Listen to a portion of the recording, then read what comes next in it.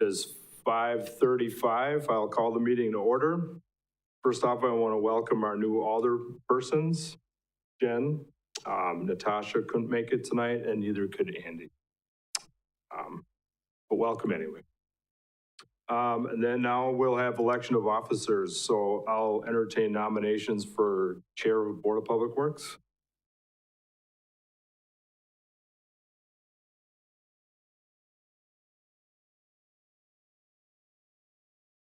Yeah, absolutely.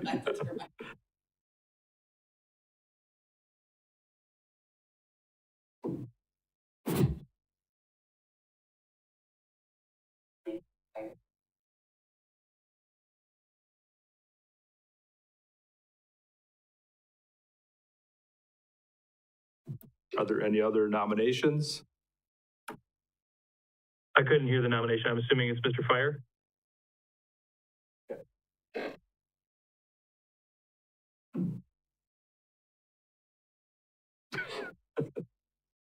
Yes, it was for Mike Fire.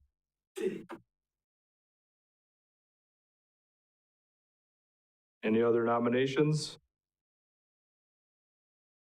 I'll look for a motion to close nominations. So moved.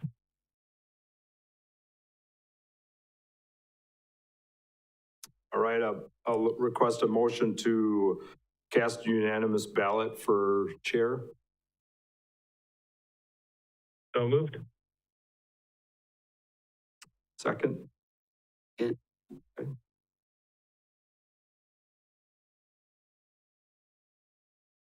And vote?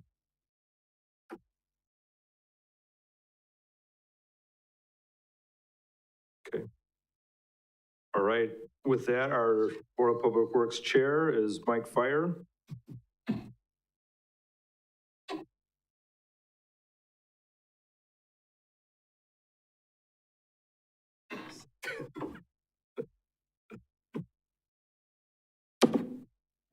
Moving right along, we're now open for nominations for vice chair.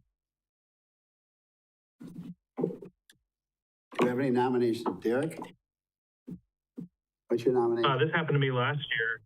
While I was gone, somebody voted me as vice chair, and then I just got sworn in, Mike. So I'm going to do the same thing this year to Natasha. I would like to nominate Natasha Tompkins for vice chair. Any other nominations? I would nominate Derek. Any other nomination? Any other nominations? Hearing none? We have Derek and Natasha. Now we have to vote.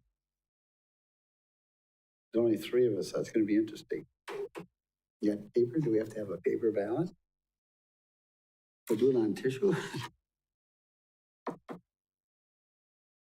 Okay. Doesn't matter. Okay, we're gonna have vote. We need to vote for, somebody has to vote for either one. Call for the vote. I'll vote for Derek. I'll vote for Natasha. Yeah, I would vote for Natasha, with my main concern being that obviously I'm remote, depending on work. So. All those in favor signify by saying aye. Aye. Motion carries. Aye. Natasha's the vice chair. Next item, move on, approval of the minutes from the April 14th, 2024 Board of Public Works meeting.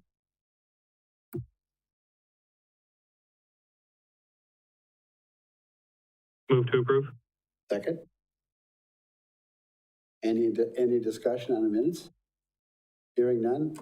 All those in favor signify by saying aye. Aye. All those opposed?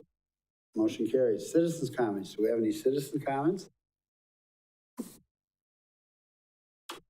Seeing and hearing none, we'll move on to number 5, request to approve Wildwood Plaza renovation proposal presented by Jody Derrick, our police chief. Jody? Okay, thank you.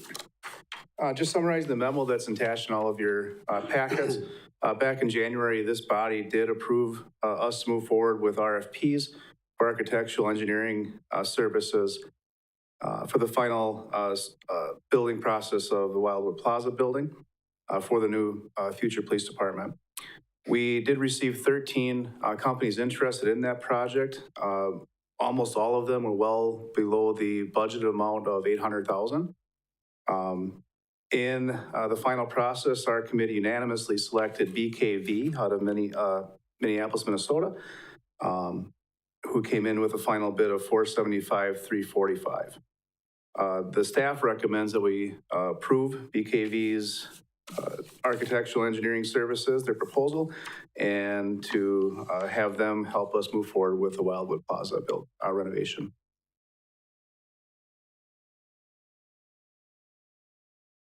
What's your pleasure?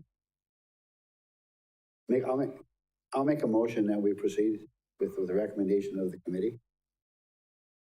Is there any discussion? Derek, do you have any questions?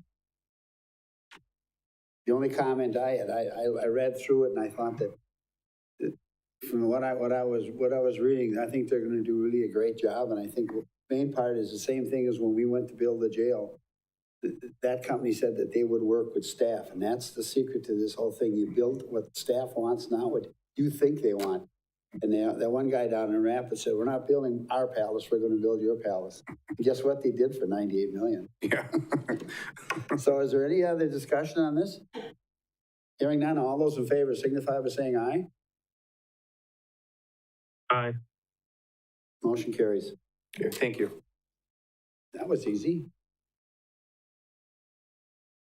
And number 6, request to approve a proposal for a comprehensive master plan development for the Fire and Rescue Department Training Center, presented by Everett Mule, Fire Chief. Good evening. Thank you for the opportunity to present. The one thing we were looking at, we just had an RFP put forward, and the RFP went out to all the different vendors that we selected. And with the 5 vendors, we ended up coming up with 5 selectees or 5 committees or 5 firms that actually gave us a proposal back. With that proposal, we ended up finding that SEH was the best proposal out of that group, not only because of kind and quality, but some of it had to do with the price on it as well. When you look through SEH's proposal, we found that they really had a deep experience in fire training facilities, meaning if they knew to look at NFPA 1402, they were able to look at the drill tower, the burn buildings that we were looking for. They were also able to look at the SCBA maze, extrication areas, and support facilities that would go along with that. One thing that they did is they really had a firefighter-focused design team, and one thing that was a big part of their proposal versus the other ones is they were able to do a lot of the stuff in-house and not have as much capacity for getting other vendors involved in it, which really helped out with the cost on that overall proposal. They do have a strong and local regional tie for us. Being that they have, Bryce Hembrook is actually part of ours. Some may look at that as basically being a problem, but at the same time, he is one of the city planners and one of the people that could really look at the long-term effects of what this RFP and what the training center facility could do for the community. So we felt that that was also a strong tie in that area. They also have a comprehensive project approach to look at the master needs. They're able to come in and talk to us as far as stakeholders and make sure that they're able to put that conceptual plan together for us. They did have the most competitive fee at $26,750. The closest one to that was $68,460, and the top one was $250,750. When we looked at that as a selection committee, we saw that there was some substantial cost there and didn't feel that that substantial cost needed to be there. They could do a very simple plan for the conceptual drawings that we needed, and it could be something that could be handled by SEH at a lower fee, and then allow those funds that we would have available for the future expansion to be put into the actual project fund. And the other thing is they could actually meet all the readiness and capacity of what we're looking to do. They could be done by September 1st. To make sure that we're able to bring that plan together into fruition. A big thing here that we wanted to look at as well was, moving on to the next page here, I apologize. Kind of the project funding. We do have funds that are available for this project. We have roughly about $73,000. This is a shared expense account, and we basically get a 50-50 match with Mid-State Technical College. For the long-term portion of this project, we are looking to go for additional funding and grants.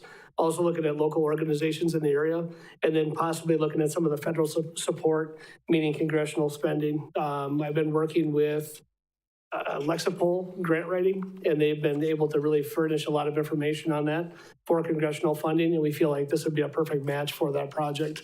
Something we would like to entertain and look down the road. Some of the next steps here, we're respectfully requesting approval from the Board of Public Works to advance this on to the Common Council on May 13, 2025 for the final approval of this project. Looking to have project kickoff in May and the completion target date would be September 1st, 2025 for the overall plan.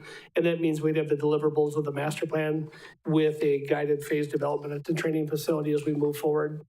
At this point, I'd answer any questions you may have and ask for a recommendation to move this on to Common Council.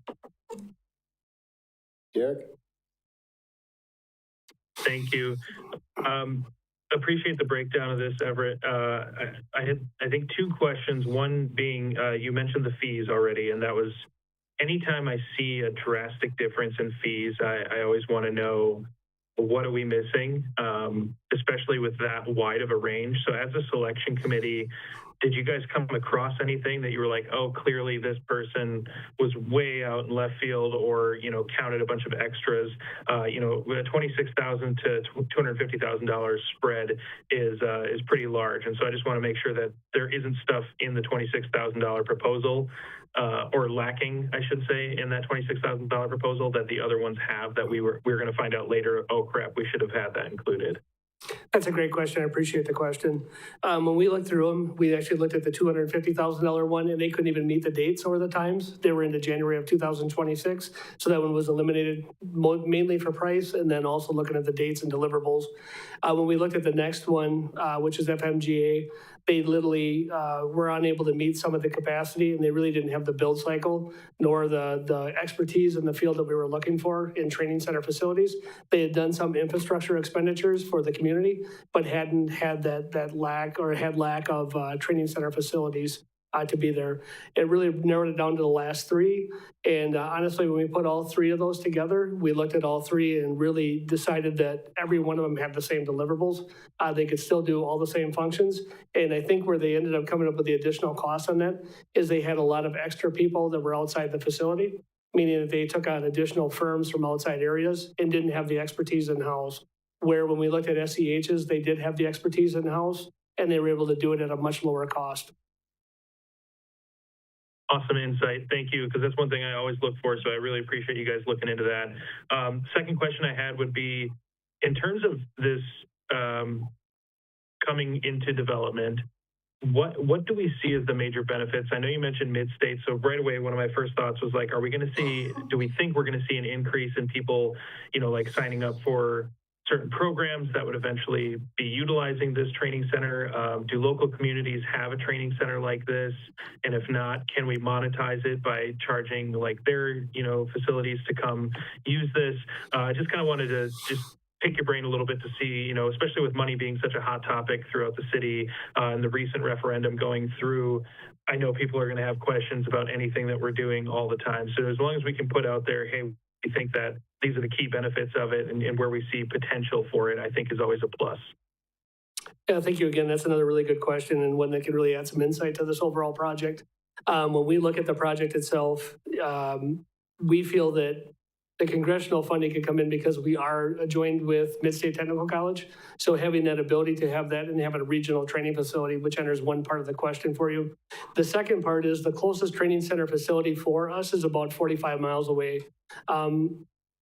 For us as a department, it's really hard to divide our resources. So meaning that we would have to send our resources 45 miles away. That becomes a real problematic thing for us and really our surrounding partners as well. We do have MABUS contracts, which is the mutual aid box alarm system. That's something we have with all our shared partners within the community and the communities around us. That's an interagency agreement with those facilities. So having that agreement in place, what that allows us to do is have them possibly be a part of this. We are still looking at different ways that we can entertain that and see if it's a one-time fee, if it's a multi-use fee. So we're trying to explore how to do that for the future. And once we get that put in place, then they can come in. And what that's going to do is help us with training with our mutual aid partners as well. So really bringing that regional contribution back together. It's going to not only help us as a fire department, but it's going to help our regional partners. And then again, helping us to really work with those regional partners here in the facility. As far as the cost and what we can do for fees, we are going to try to do everything in our power to put that together and make sure that's an agreeable part. And that would be something that would come at a later date. But again, we're still exploring those contracts. Awesome. Thank you so much. Yeah, I think we have a lot of potential here. It sounds like a lot of good things to come. So thank you. Yeah, you're very welcome. Thank you.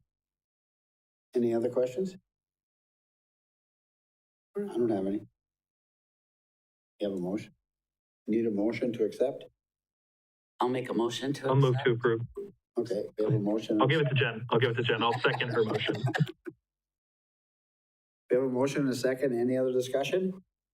Hearing or seeing none, all those in favor signify by saying aye. Aye. Aye. All those opposed, motion carries. Thank you. You're welcome. Number 7, request to award force main assessment contract for CPM pipelines presented by Mark, wastewater superintendent.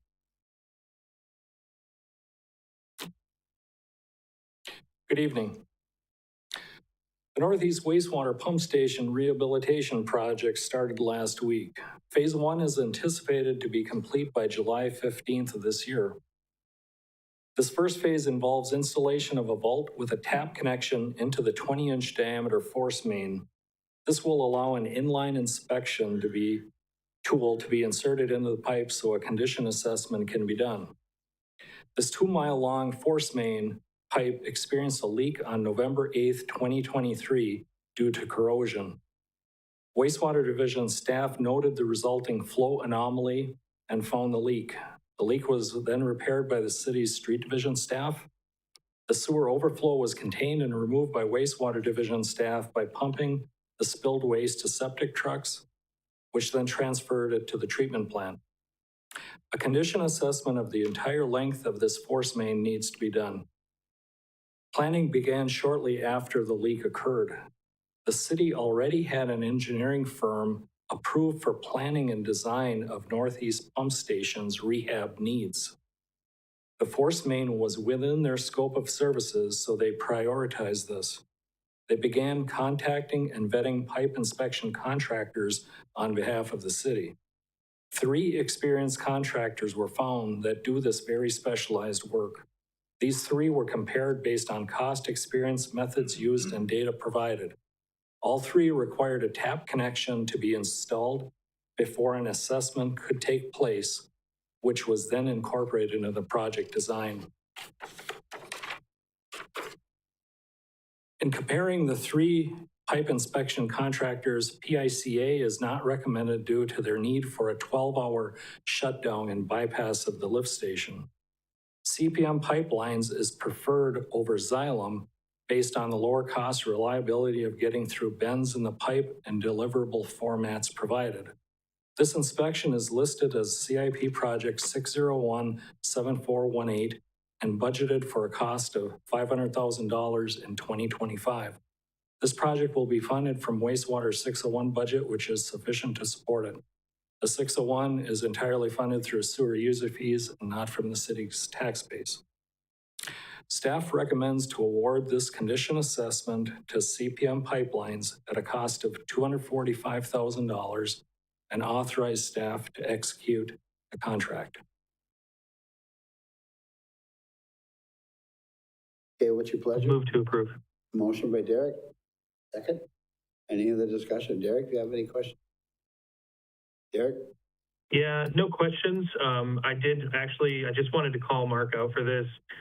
I think we've had several discussions already this year about how we are not necessarily the experts on these boards and we are literally doing fact finding. I just wanted to commend you on how awesome this analysis was. The breakdown of why you were choosing the vendor was crystal clear.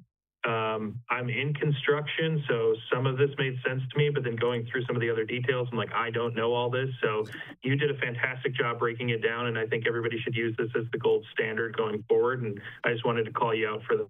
So no questions, but great work. Thank you. I've been on this board for quite a while, and I still don't understand the wastewater people. It's complicated. That's why we have people like you to help us. Any other discussion? Seeing none, all those in favor signify by saying aye. Aye. Aye.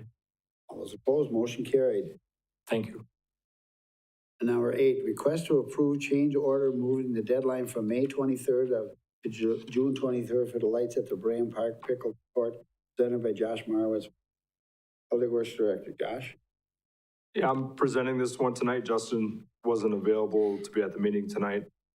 So this memo requests approval for a 30-day extension to the completion deadline for installing new lights at the Brain Park pickleball courts. If you remember, the contract for pickleball lighting was approved by the board on March 3rd and the council the following week. So the current deadline in that contract was May 23rd. They're requesting, or we're requesting a new deadline of June 23rd. The original deadline was set with the aim of completing installation prior to the court's ribbon cutting ceremony. However, Merkel Companies, the contractor for the work, has informed the city of unforeseen delays in the delivery of the light poles due to current market and supply chain uncertainties. This delay is outside of Merkel Companies' control. Merkel Companies has requested a 30-day extension to accommodate the potential delivery timeframe for the poles. They've assured us that installation will occur immediately upon arrival of the materials. City staff have reviewed this request and find it reasonable given the circumstances. We recommend approval of this change order to accommodate the supplier delays and ensure the successful completion of the lighting project. Recommendation is to approve the change order to move the deadline from May 23rd to June 23rd for the new lights at the Brain Park pickleball courts. What's your pleasure? I'll move to approve. Okay, move to approve. I'll second it. I'll second for the sake of discussion. Okay. Your discussion. Perfect. Thank you. Josh, I don't want to put you on the spot. I don't know if you have all the info for this one. My recommendation was going to be that if you don't and we need Justin for this, that we should table this until the next meeting. But if you feel comfortable answering, I'll hit you with a couple questions and we can go from there. I've been in construction a long time, so this stuff happens all the time. I totally understand. The first question I had was why June 23rd? That's a 30-day extension. Is that an expected delivery date that we moved to accommodate, or did we just put in for 30 days hoping we'll have everything within that 30 days? You know, the one thing I hate doing in any project is week over week or month over month pushes where it's like, yeah, we still don't have it. So I just kind of want to know what the driver was for that 30-day request. Sure, that 30 days was kind of an arbitrary date extension. The contractor was a little nervous on committing to a time based on word he'd been getting from his suppliers on availability. Now, since we've kind of come to this 30-day timeframe extension, he has found out that the parts were shipped. Right, I can't remember if they were shipped or will be shortly, but they're planning to start the work the week of the 19th, May 19th. So we should be nowhere near this June 23rd. They figure Okay. it's a week. That kind of removes my half. second question then. Okay. Thank you. Any other questions? I think who we're dealing with, they've been in this business a long time, and if they're assured we're going to do it, they'll do it. No further questions. All those in favor signify by saying aye. Aye. Aye. All those opposed, motion carries. Number 9, request to approve proposal for ECS bid rest for geotechnical engineering services presented by Josh Marwitz, Director of Public Works. Josh? All right, thank you. Last November, the city hired Strand Associates for design and bidding related services for the Brain Park wet detention basin. The design of this pond requires some soil borings and related geotechnical services, which were outside of the scope of contract we have with Strand. What was in their scope was assisting the city with selecting and hiring a geotechnical services consultant. So Strand did some of the legwork. They solicited proposals from multiple firms. I think it was 5 or 6. Ultimately, 2 proposals were received, as shown in your packet. They weren't quite equal on their face, so we had to do some had some optional services, but to compare apples to apples, that's what's in your table, and we're comfortable with either firm doing it. The cost with the rock cores had asked for, ECS Midwest came in with a lower quote of $11,295. Both Strand and city staff were comfortable with ECS's proposal. So I recommend to approve the proposal from ECS Midwest for subsurface exploration and geotechnical engineering services for the Brain Park Wet Detention Basin project. What's your pleasure? I'll move to approve. Second? We have a motion and a second. Any discussion? Hearing none, all those in favor? Aye. Aye. All those opposed? Carried. Request to approve engineering services contract between WISDOT, City of Marshfield, and Robert E. Lee and Associates for the design of the 4th Street Maple Avenue to Peach Avenue, presented by Josh Marwitz, Public Works Director. Josh? Thank you. So you've seen several of these. We have 4 DOT-funded projects kind of in the hopper over the next few years. What this document is an agreement between WISDOT, the city, and the consulting firm that was hired to do the design, Robert E. Lee Associates. So just to back up a minute to how we arrived at Robert E. Lee, several proposals were submitted to us and we had a selection committee. Derek, I don't remember if you were on that one or if it was a different project, but in any case, the top ranked firm to come out of that selection committee was Robert E. Lee. And the way the WISDOT process works, cost isn't really considered as a factor by the selection committee. So we ranked the top 3 firms. That ranking goes to WISDOT and they begin negotiations with our top ranked firm, and so on. So the firm that we recommended, Robert E. Lee, and they successfully negotiated a contract with WISDOT. The total cost for engineering services is $394,154, with 20% of that being the city's share of $78,831.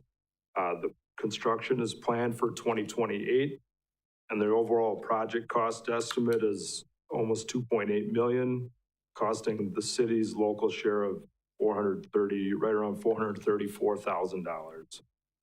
So I'm seeking approval of the engineering services contract between WISDOT, the city, and Robert E. Lee for the design engineering services for the 4th Street project from Maple to Peach Avenue. Also move.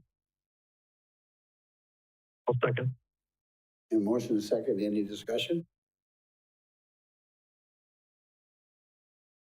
If we turned it down, we'd be a little goofy. All those in favor signify by saying aye. Aye. Aye. All those opposed? Kind of weird when you only have 3 of us. Number 11, request to approve memorials to be added to the Veterans Parkway, presented by Josh, Public Works. Josh? So the Veterans Parkway military display is on Veterans Parkway, kind of by the library between Cedar and Cherry Avenue. That was originally installed in 2013. Over the years, several displays and memorials have been added. Recently, a donor has come forward who would like to provide a monument honoring Purple Heart recipients and also another monument to be announced at a later date. The current proposal is to add 1 granite memorial at the center of the display and 1 bench-type memorial near the northwest corner of the platform. These memorials and their installation will be funded by private sources. My recommendation is to accept the donation of the proposed memorials to be added to the Veterans Parkway military display and allow for the Parks Division to assist as necessary.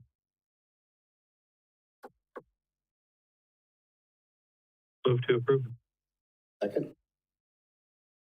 I'd like to add that everybody's aware that last year we became a Purple Heart City. And after this happened, this donor decided that it'd probably be a great idea to put a memorial up, especially on the Parkway when it's Veterans Parkway. And if you've ever been there, you'll see there's about, I think it must be 5 or 6 pieces of granite there. There's 144 names that are etched on those plaques, and they all lost their lives during the wars, from the Spanish-American up to the Afghan War, and they all technically had a Purple Heart. So this person thought that this would be a perfect way to do it, and she's going to honor one of her friends for that. So I think it's great. And the other one is pending, and we probably will know more about that by the middle of the year. We'd like to put that out by Veterans Day. We'll see if we can swing that or not. But right now, it's not up for publication because we're trying to keep it under wrap. But I would recommend that we really do this. Derek? Yeah, I just wanted to ask, I don't know if we have a lot of details. The sample photo that was provided, it looks like a pretty generalized memorial sign, if that's what they're going to go with. My only thought on this was just cautionary in the sense of, if we start including names, making sure we have everyone included somehow, especially with an outside donor and it not being done through the city, because if they're donating their money and efforts towards something like this, I just wouldn't want somebody to be excluded and somebody to be very upset about that or anything. But it looked like a pretty general memorial. I'm assuming there won't be names involved, but on the off chance there was, that was my only caution. Otherwise, I think this is fantastic. The answer to your question is, it's going to look like this.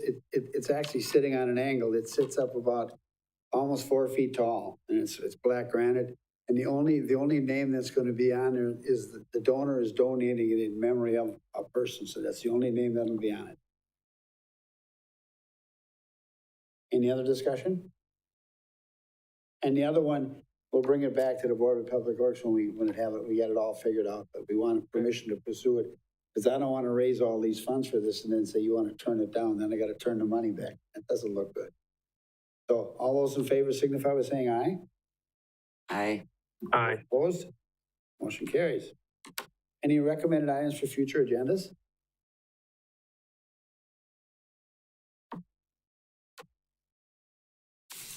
Pretty quiet evening. I move to adjourn. I'll second. All those in favor? We are adjourned. Aye.